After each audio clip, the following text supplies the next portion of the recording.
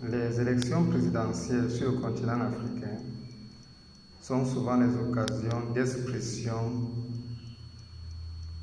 des mécontentements sociaux et frustrations populaires que d'aucuns attribueraient à une aspiration de la part des populations africaines à plus de démocratie, définie comme étant l'alternance systématique à la tête des États. Je pense que ces raisons évoquées pour expliquer les mécontentements sociaux constatés lors des élections présidentielles en Afrique ne sont que des récupérations par des entrepreneurs politiques, des frustrations populaires en vue d'un positionnement éventuel au sommet de la haute administration étatique. Sinon, les raisons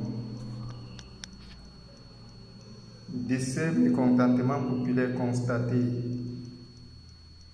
lors des élections présidentielles en Afrique seraient, de mon humble avis, d'ordre économique et liés aux conditions socio-économiques précaires du continent africain et principalement de l'Afrique subsaharienne. Et cette précarité des conditions économiques des États de ce continent ne serait pas liée à la question de l'emploi.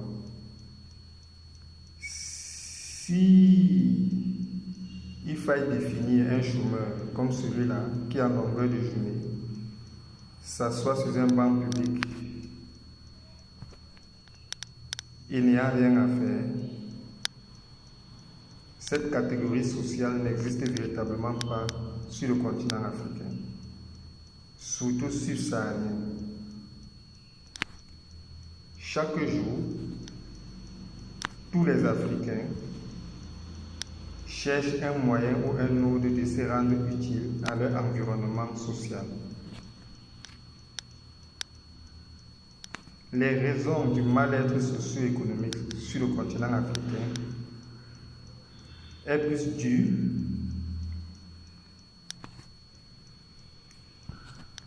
à la rémunération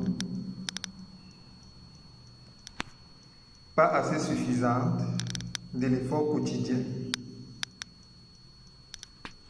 des populations africaines par rapport à leurs besoins essentiels quotidiens.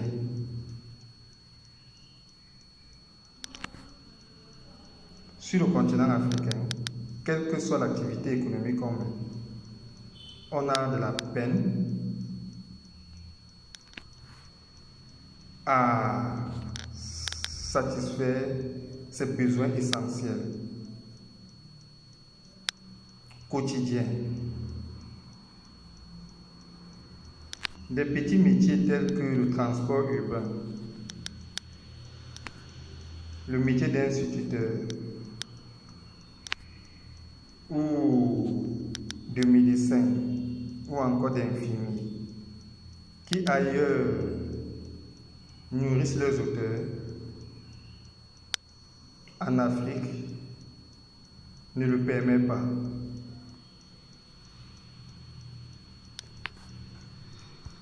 Et ceci est dû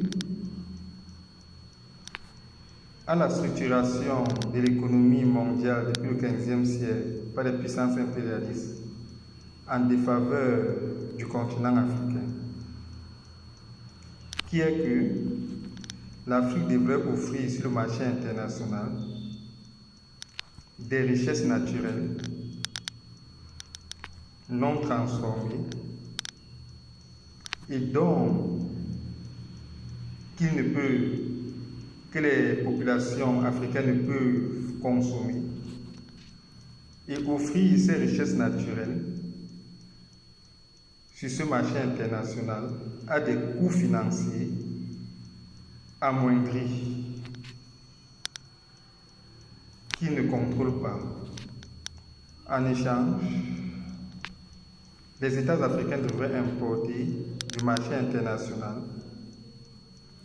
des biens essentiels à la satisfaction des besoins vitaux de leur population à des coûts financiers élevés. Ces biens importés sont souvent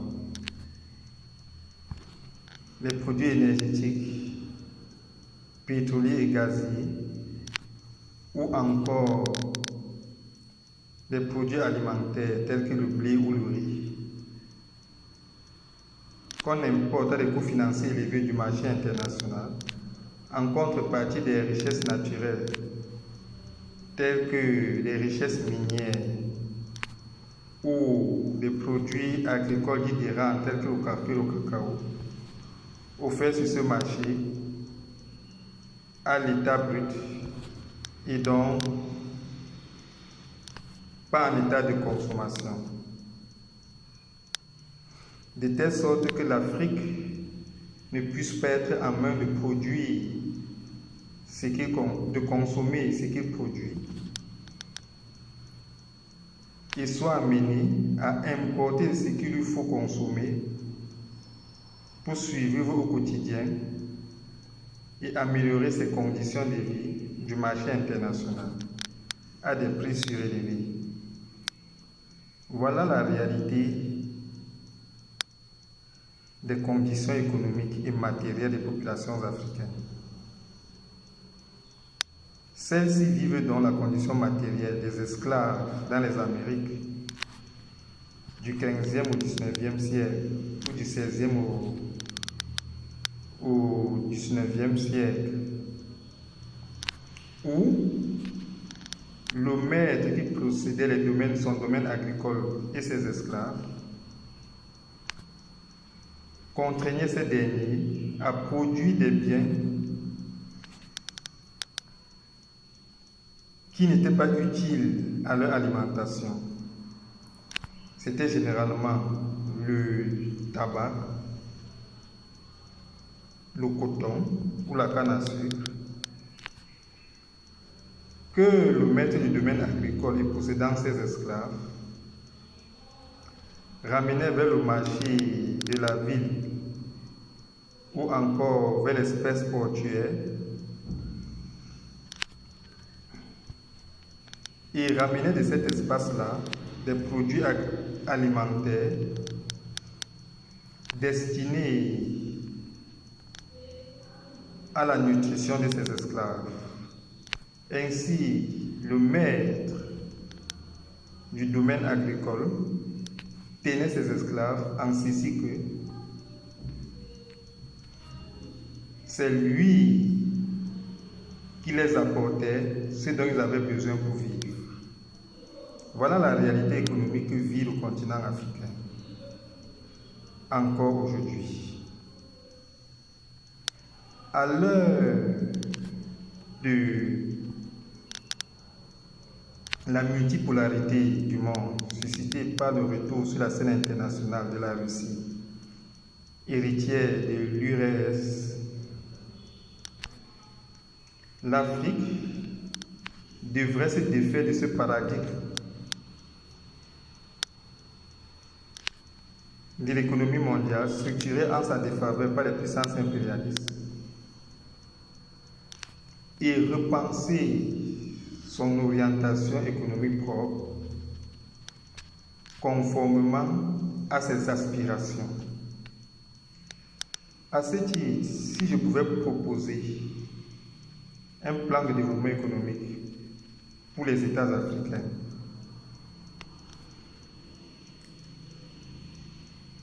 j'axerai les préalables devant soutenir un programme de développement économique sur d'abord les voies de financement rationnelles et moins contraignantes du développement économique des États africains. Ceux-ci devraient trouver les moyens moins contraignants et plus rationnels de financer leur développement économique. Par la suite, les États africains devraient penser à la construction des infrastructures préalables au support de leur développement économique. Ces soutiens ou socles infrastructurels seraient les voies de communication qui devraient être rationnellement construites. Les États africains devraient rationnellement planifier la construction du réseau des voies de communication routières, ferroviaires, fluviales et maritimes, et aussi aériennes, en vue d'une fluidité de leur économie. Les États africains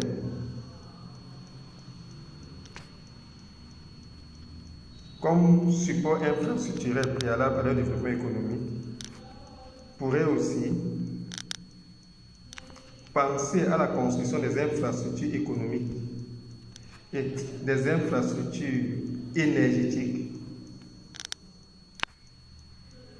préalables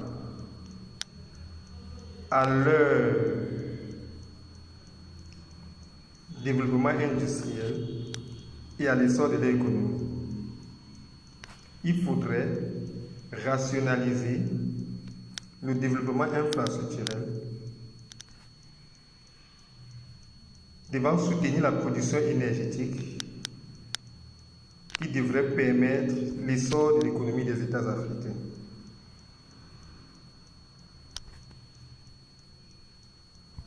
Passer ces préalables financiers et infrastructurels, l'accent serait alors mis sur les objectifs économiques en soi. Donc, les prioritaires de mon point de vue seraient la réforme agraire. Après avoir planifié la construction des voies de communication et l'exploitation énergétique locale, les États africains devraient entreprendre la réforme agraire et la production intensive des produits alimentaires en vue d'en baisser le coût sur leur marché local et de permettre l'alimentation de leur population et leur autosuffisance alimentaire. En effet, l'alimentation, le besoin de s'alimenter est justement un besoin constant et vital. Tout organisme vivant a besoin de se nourrir. Ce serait donc un objectif fondamental de tout programme de développement économique. Lorsque le coût des denrées alimentaires est élevé sur un marché, il s'ensuit une inflation automatique de l'économie.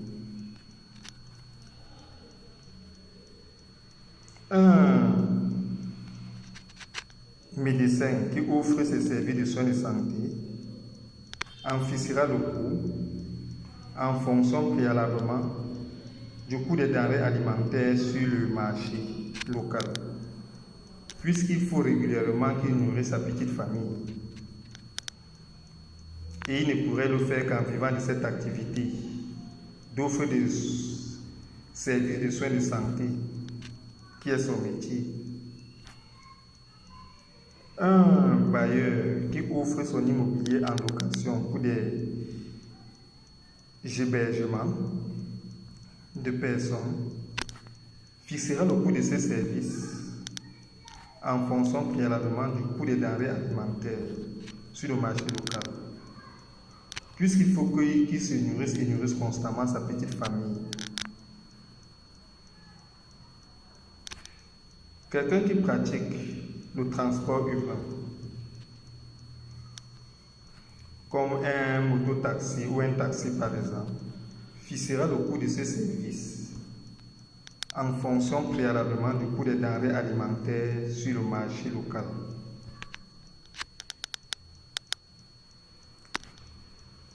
Puisqu'il faut qu'il s'alimente régulièrement et nourrisse aussi régulièrement sa petite famille à partir de cette activité qu'il mène. Et donc, lorsque le coût des denrées alimentaires est élevé sur un marché, le coût de tous ces services-là et bien d'autres s'en trouve aussi élevé et hors de portée du citoyen. Il s'en suivra alors logiquement des frustrations populaires et mécontentements sociaux. Tous les pays développés ou dits développés ont préalablement réglé la question de l'autosuffisance alimentaire par un moyen ou un autre. Et la question de la baisse du coût des denrées alimentaires, suscitée par leur abondance sur le marché, soit à partir de la production locale ou par d'autres moyens. L'Afrique devrait donc intensifier la production agricole en vue de nourrir ses populations. Une fois voie réalisée, les infrastructures routières et autres voies de communication et les infrastructures soutenant la production énergétique. Un autre objectif essentiel au développement économique des États africains serait la promotion de l'industrie audiovisuelle, dont les grandes articulations sont l'industrie médiatique et cybernétique, qui ont pour objectif d'informer à travers les médias d'information, d'égayer et d'éduquer les masses populaires à travers la production musicale et cinématographique et les médias qui en font la promotion ou encore les réseaux sociaux qui en font la promotion. Ce secteur donc de l'audiovisuel devrait être promu et encadré par l'institution étatique en vue d'informer le citoyen, de l'égayer et de l'éduquer en l'inculquant des valeurs morales nobles. En fin de compte, la promotion de l'industrie audiovisuelle et de la production musicale et cinématographique, ainsi que les canaux de diffusion, permettraient de nourrir l'esprit humain à la suite de la production agricole qui alimenterait biologiquement le citoyen. En fin de compte, le citoyen serait construit sous sa double dimension psychosomatique, matérielle et morale.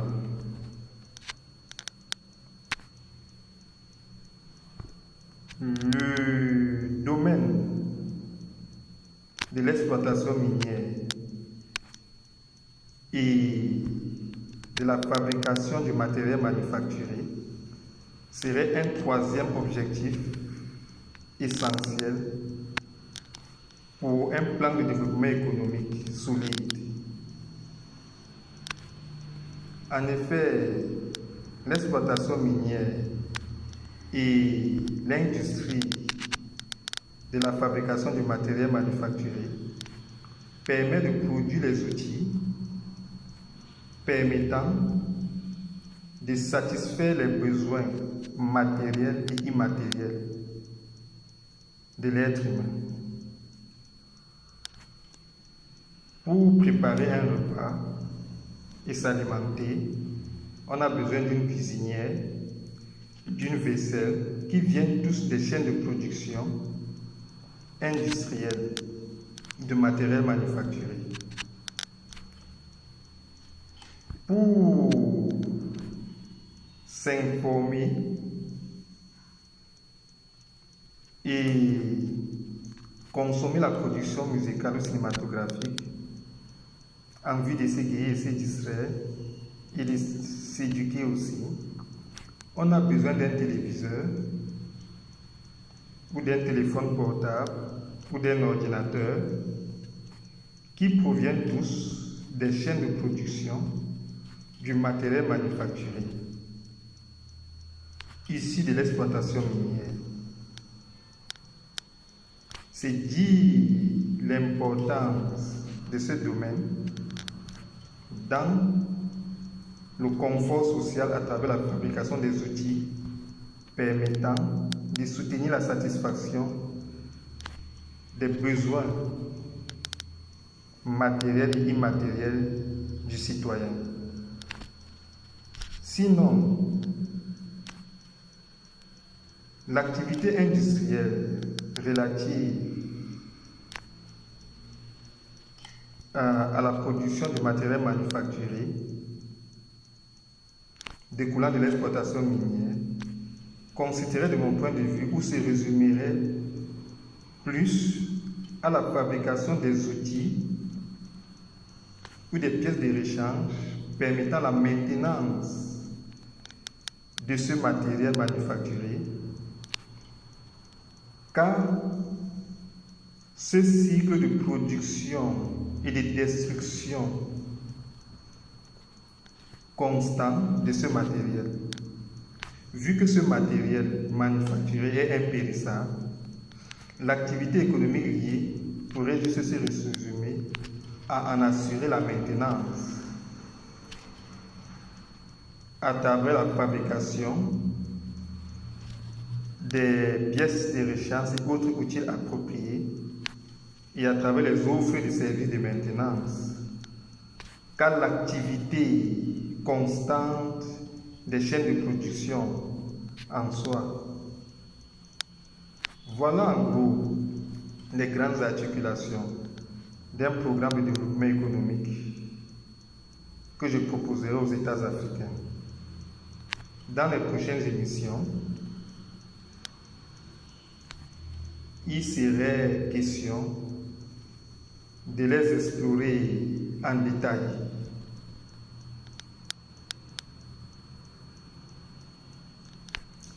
Et d'en faire dans ce sens des propositions.